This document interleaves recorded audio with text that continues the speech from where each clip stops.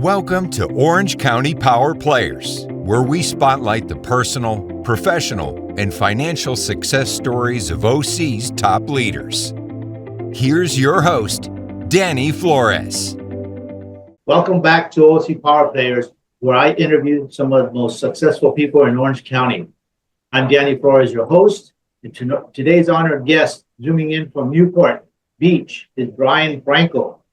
Brian specializes in creating generational wealth for entrepreneurs by strategically deploying capital to enhance growth, from scale to sale of their business. With over 23 years of experience, he has facilitated transactions worth billions with both private capital and public companies. Welcome, Brian. Thanks for having me on, Danny. It's good to be on with you here remotely, and also glad to have be on the podcast of a neighbor. So it's good to be here. Absolutely, absolutely. Now, you're in the mergers and acquisitions business. Yes. From scale to sale. Those are big words. What does that mean? We were chatting just a moment ago, and most people at dinner parties, it's kind of funny because when my wife's trying to explain what I do, M&A advisory, I mean, you say mergers and acquisitions, and sometimes people hear murders and assassinations, or they hear what they want to hear. But all right. Aside, the work that we do is very transactional in nature, right? We are aligning, capital with companies. There's a due diligence process. It's a transaction, but before it's a transaction, it's really a relationship, and we're going on a journey from scale to sale, as we like to say. And so what that means is the differentiator of our firm, Meritage Partners, is that we really focus on meeting our clients wherever they are on their entrepreneurial journey, as a stakeholder, as a solopreneur, whatever their story is. And we focus on understanding, where they are and where they want to be. Everything in between is the gap. And so the scaling aspect of the work that we do that in a way where we're providing them the tools and the resources based upon our playbook on how to access capital in the private capital markets. And that capital could be used for a massive liquidity event in the situation where you're exiting, you're retiring, you're selling, 100% of the company. But it also, can be used for as a growth tool, because you might decide to go to market, or we may decide collectively with the client to go to market and bring on a private equity partner that's going to help them continue to grow and scale the platform that they've created by way of injecting capital for purposes of growth. Now, that growth could come in two forms: organic or additional growth through additional acquisitions. So there again, I mean, our differentiator is really intimately understanding the expectations of our client. If we don't believe that they can meet those expectations based on where they are at today in the journey or life cycle of their business, we give them, again, the resources, actionable advice on how they get there. And so we always say, let's grab our shovels and let's start, filling the hole or the gap so that we could get them to that destination. So does that mean that whether they want to bring in debt, which may be the case sometimes, I would assume, for growth, or equity, you're able to connect that bridge for them? Yeah. That's a great question in this conversation, because there's two flavors of capital. Right. There's subsets of each, but you said it. It's debt and it's equity. So I think the easiest way to distill that down for some of the listeners is, debt is capital you're raising that you have to pay back. Equity is, there's no monthly payments on equity. Yes, there could be distributions and dividends, but that equity partner or that flavor of capital is there to take the risk on with you and to grow the business with you. So, but yeah, you hit it right on the head. Debt or equity or a combination thereof. Now, tell us a little bit about roll-ups. Kind of explain what they are, but it's one way to grow, right? To grow the business to a larger size, whether it's the partner that you brought in, equity partner, private equity that wants to grow the business that way, or you that wants to just to grow your own business that way. Yeah. Yeah. No, that's so roll-ups has been kind of the phrasing in the popular terminology to talk about how do you get to scale, right? You roll up companies. So what that means is, you're essentially taking, two or more companies in the same industry and you are bringing them under one entity or one service provider, or if it's a service or product, right? And so the idea there is really that's to how do you access critical mass, or how do you get to the place in the stage of critical mass? And in a way to do that is by way of a roll up or merging or acquiring other like companies under your platform. Now, why this is important is because the roll up could be either based upon growing in other geographic regions. A roll up might solve the problem where you're trying to bring on more product types or service types, and you're trying to get to a level of critical mass. And critical mass, usually when you think about the step after the roll up, is you're trying to get to a size of, I would say, $8 million of EBITDA, earnings before interest, taxes, depreciation, and amortization, to be considered as an investment with later stage investors, which could be private equity groups, family offices, independent sponsors, as an example. So what we love about roll-ups is that you're growing the business, and as compared to organic growth initiatives, which come with risk, they both come with risk, to be fair.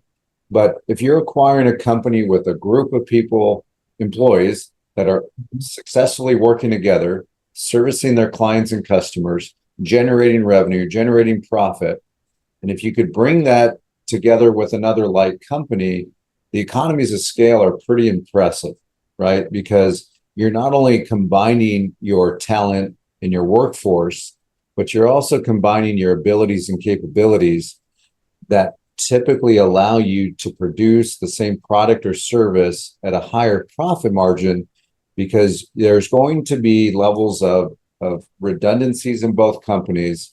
And I'm not suggesting that anyone is fired or let go. The opposite actually happens in these situations is, you have these talented individuals in these companies that you can use them. Think of it like almost like a combined brain power, right? And you can use that bandwidth of knowledge and wisdom and experience to really accelerate both companies. And so when you do that, your gross profit margins should and typically do improve, and your net profit margins should and typically improve as well. And so why is that important to a later stage investor? Is because they are likely going to pay a higher valuation for two or more companies that have been rolled up together versus acquiring those companies one at a time. And the major reason why is because you have eliminated or at least reduced the amount of perceived risk in bringing these companies together. And so if I'm an investor, and Danny, let's say you're an investor, we might have a great idea to roll 4 like companies together, but you and I don't know if they're going to work well together and if they're going to integrate and if the cultures are going to align, right? But right. If we can do that before we go to investors, and we could really, I always compare this and illustrate this to a piece of dirt, a lot land that you see, and it says build to suit, right? For sale, build to suit. Really, that's what we're doing here. We're rolling up companies, and we're building it to suit a specific investor once it gets to a certain size and critical mass. And so you could collapse time when you take this playbook and this strategy by years. And so we have clients that are in their 40s and even 30s, right? We also have clients that are in their 60s, 70s, and a couple in their 80s. And it really comes down to timeline, right? But you have to imagine, if you and I will be there one day when we're in our 80s, we're going to find ourselves working a little bit slower, taking a little more time off, right? Right. Yeah. And really shifting our focus in our personal lives. And so in a situation like that, we're not going to have as much time to roll up a series of companies to get that massive liquidity event through a sale. But if you do have the luxury of time, this is certainly a proven method, and we have a proven playbook on how to get to that critical mass in a reduced amount of time through these strategies. So now you mentioned that there's a potential premium for having the company at kind of institutional grade, which you mentioned about 8 million EBITDA. So Correct.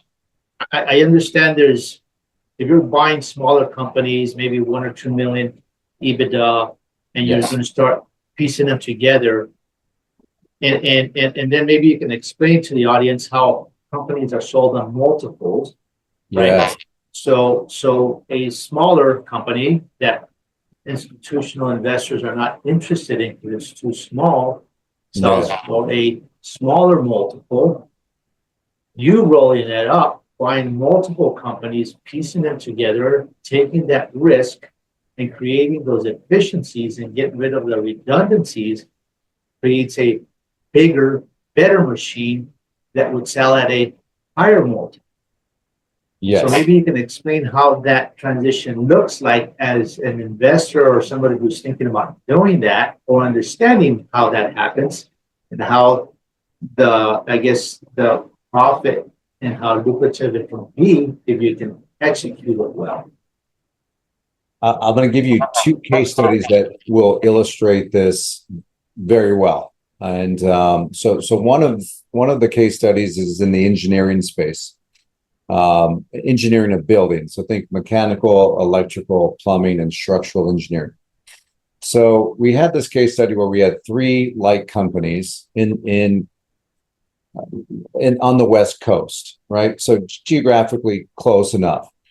And they had different service disciplines. One was electrical, one was mechanical, one was plumbing. And so the idea was if you could produce a company that had all 3 disciplines, which their competitors have and their customers were asking for, they can now deliver more of their services to the same customers, right? Right. And earn more customers because there's always this cross-pollination that occurs. But those businesses on an individual basis would likely sell at a multiplier between 4 to 5.5 times their earnings or their EBITDA. And which is not a bad valuation at all, because these companies in their pieces are maybe, $1 to $2 million of EBITDA each, right?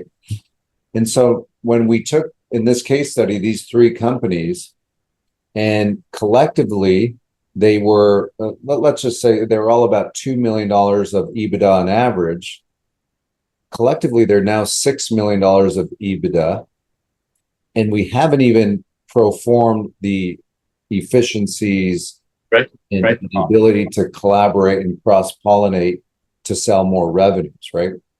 But because of that alone, because we go from a $2 million single discipline, single company to a multi-discipline 3 companies with collectively 6 million of EBITDA, we were able to achieve valuation growth by 30%.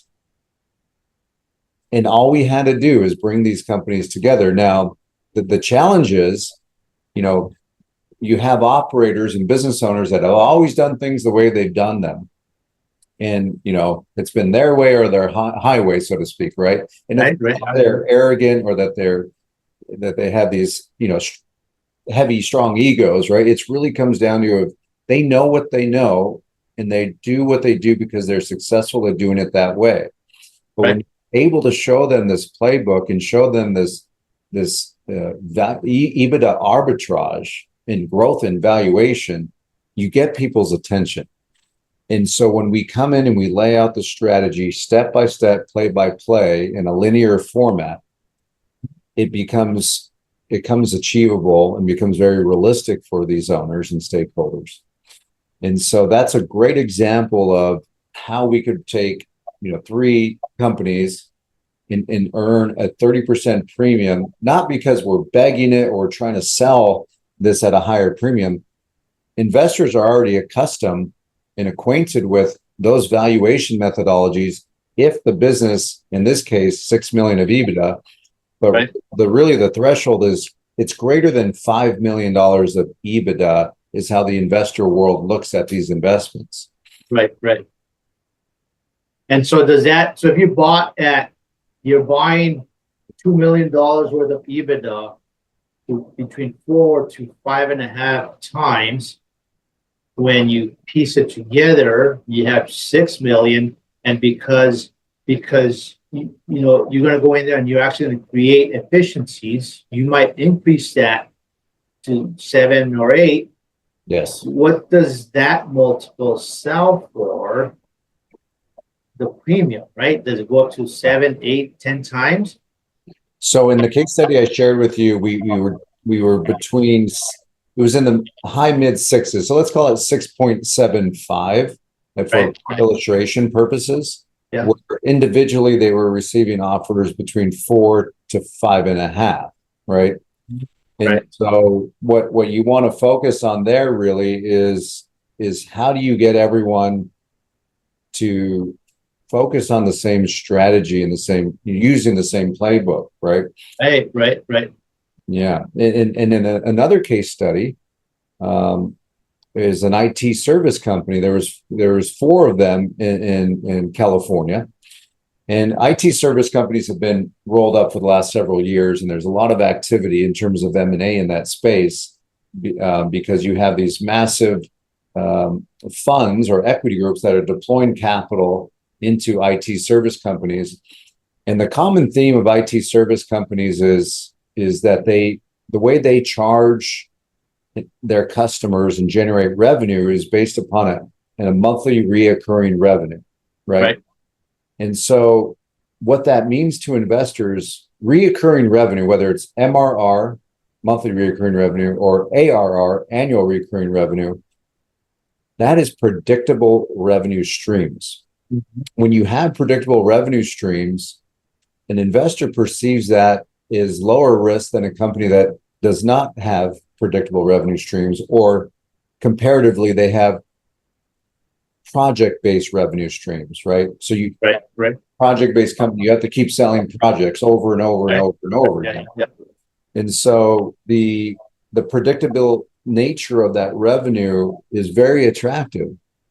But keep in mind that, a lot of these investors, they won't look at smaller companies at all, or they will look at acquiring smaller companies with, let's say, sub, $1 million of EBITDA, but the valuation multiplier is going to be, in the low 4s as an example.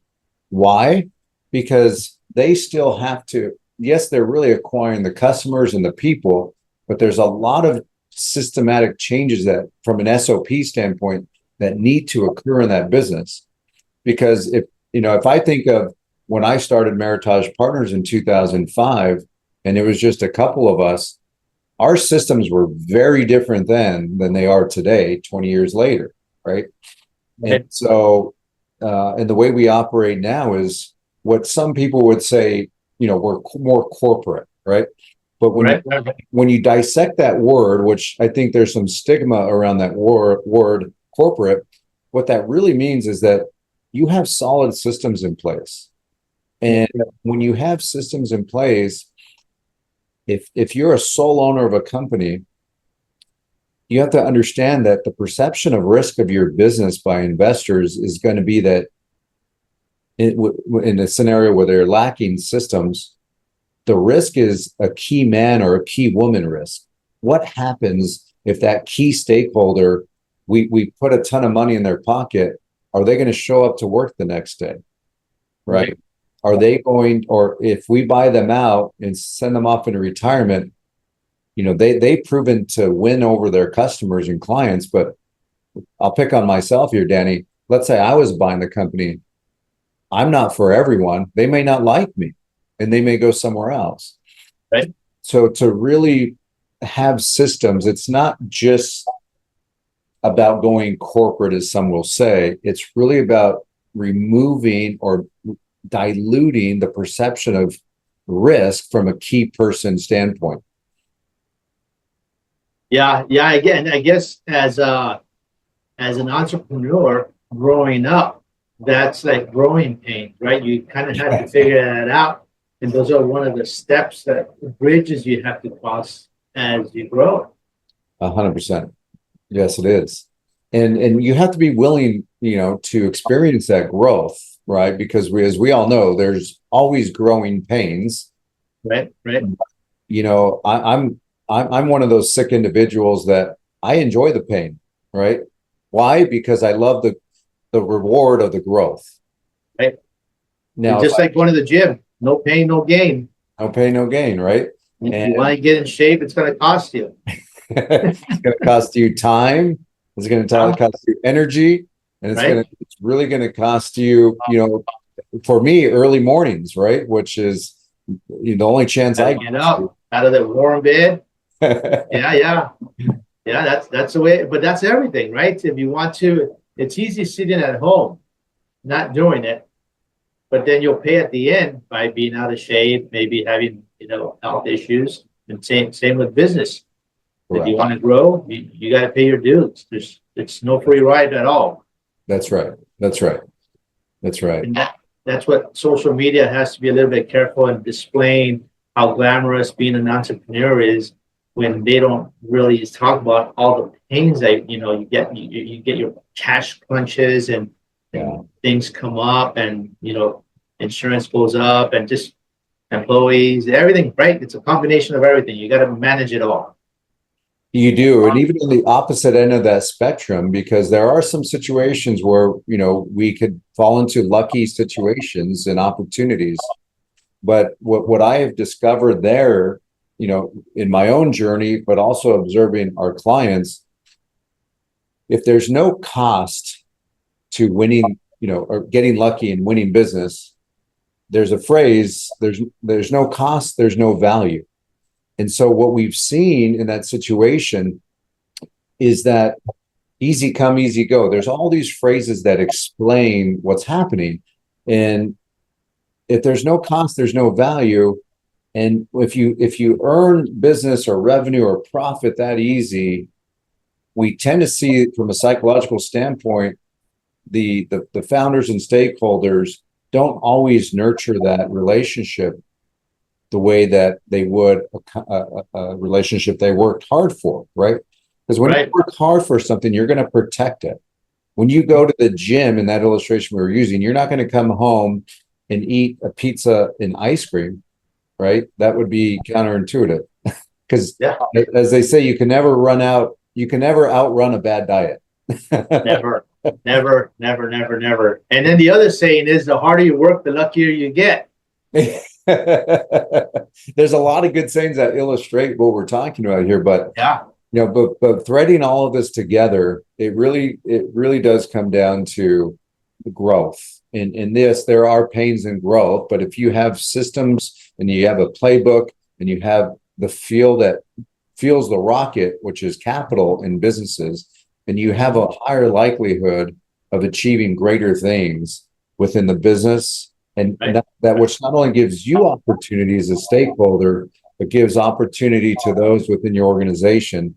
And I don't know about you, Danny, but I love another phrase I'll tell you. I love eating at the table with others, right? I love winning with others. There's so much satisfaction in that.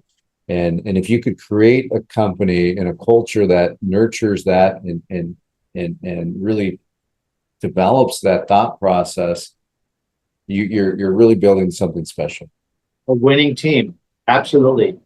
You gotta help. You gotta help everybody. It's gotta be everybody's gotta be in it to win it, basically. Yes, sir. Yes. So you talked about 20 years. So give us an example of one of your biggest challenges that you've encountered as an entrepreneur. Oh gosh, I mean, only one? No, I know there's many. I get. Yeah. Give us an exciting one, right? One day you're like, oh, you just see the world caving in. Like, how am I going to get out of this? And somehow you figure it out and you keep going.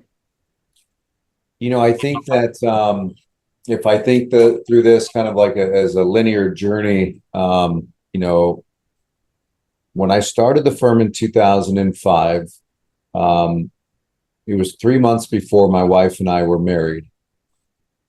So we'll be celebrating 20 years of the firm next month on May 5th. And we'll be celebrating 20 years of marriage on August 13th. Nice. But when it was not hard to earn well in 2005 and 2006. 2007 was another world, right? Hey. Money stopped moving. You know, it really depends who you ask, but you know, money really stopped moving in Q2 of 2008. I'm sorry, 7. About a year later, the federal government came out and said, "Hey, by the way, we've been in a recession for the last year," as if we didn't notice. But you know, that news came later. Yeah. So the biggest challenge at that time for us was money wasn't moving. And, you know, we earn revenues by money moving. So one of the challenges that we had to face was how do we remain a business, right? How do we remain servicing clients? And so what we've done years prior to that time is we have serviced clients in a variety of industries, from healthcare to software to architects, engineers, construction. And there's subsets of each of those industries, including manufacturing. So we really focused on the industries that were growing. And at that moment in time, healthcare was growing. We sold over $250 million of revenues, primarily to LabCorp, which is a publicly traded company. And at that time, they were buying clinical labs, pathology labs, anatomic labs, esoteric laboratories. And we really put all of our eggs in those baskets because those were the only baskets that were moving, right? Smart, yeah. So the challenge for us was how do we pivot, but then also how do we continue to build the business so that when money started moving again, which I would say it took until about 2011, 2013, depending on the industry, that we started to see M&A pick up again. Right. But so to this day, we are very careful in how we service each of these industries, because there's always going to be ebbs and flows in the market, right? Construction's another good example. You know, we service a lot of clients in, I would say, more so infrastructure related construction, not residential development. Right. But with that said, the challenging time for us was continuing to service healthcare, but also planting seeds with our current clients, or I should say our lead funnel, right? Right. In their industry, so that when M&A picked up, we were then firing on all cylinders or all industries. So that one was tough because it was a very humbling time, you know, we did get a lot of transactions completed, as I described, but it was a tough time in the economy, and so, but there will always be opportunity, right? Right. I mean, Right. You know, we had some clients that pivoted during COVID, where we had one client that was in a completely different industry, but they had bottles and they had caps. And if you had bottles and you had caps, you could sell more hand sanitizer than you could ever imagine, because the shortage at that moment in time was bottles and caps. So they completely pivoted their entire business into filling bottles and caps of like food grade products to now hand sanitizer. So, so the challenge is the pivot, and can you stay grounded? Can you stay stable as you're making these pivots? Because if you make the wrong pivot, my story could be very different, right? So that is one story that really lives in my mind and even in my nerves. Yeah. No, you can't forget those got to keep you humble, got to keep you grounded, and got to keep you ready for the unforeseen, because it happens. Yes. And it happens fast sometimes. Yes. Yeah, absolutely. So now we're in Q2 of 2025. What exciting plans do you have for the rest of the year?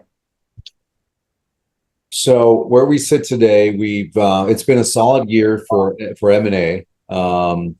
We hit our Q2 projection. We hit our 6-month projection in Q1 of 2025, to give you kind of an example of how M&A is progressing. The public markets there's a lot of movement, as we could see today and yesterday and in the weeks prior. I think the difference that we're seeing with the public markets and the private markets is we're likely going to see more investment into what they call in the private capital markets as alternative investments, right? So I think more money will continue to flow into these segments because there's a lot of growth opportunity in the private sector. And what we'll likely see is, the capital that's sitting on the sidelines ready to be deployed is being deployed. And there are industries that are growing, such as infrastructure, such as healthcare, software. And in healthcare, I will add that, we're seeing a lot of growth in concierge medicine, mental health services, telehealth services. So the rest of the year looks pretty bright when we think about these industries and the activity that's occurring in those particular industries. Oh, that's great. That's great. Well, Brian, thank you so much for sharing insights and tips on what you do. Yes. If somebody who's listening to us and would want to get a hold of you, how could they get a hold of you? So we make it very easy. You could find us at meritage-partners.com. I'm very active on social media. You could find me on LinkedIn, Facebook, or Instagram. Just search up, Brian T. Franco, and you'll find us there. But there again, if you want to reach out to us, we invite that. We have a series of events throughout the year. We host quarterly roundtables that are industry specific. And it's by invite only of CEOs, where we talk about the state of the economy, the state of the market, specifically as related to M&A. So we encourage anyone listening that wants to participate to find us on social media, find us on our website at meritage-partners.com, and we'll meet you wherever you are on your journey. Great. Thanks so much, Brian, once again for coming on. And to our audience, please look us up, ocpowerplayers.com, and follow us on your favorite channel. Thanks, Brian. Thank you so much. Appreciate you, Danny. Thanks for listening to Orange County Power Players. Want to share your success story? Apply to be a guest at ocpowerplayers.com/guest.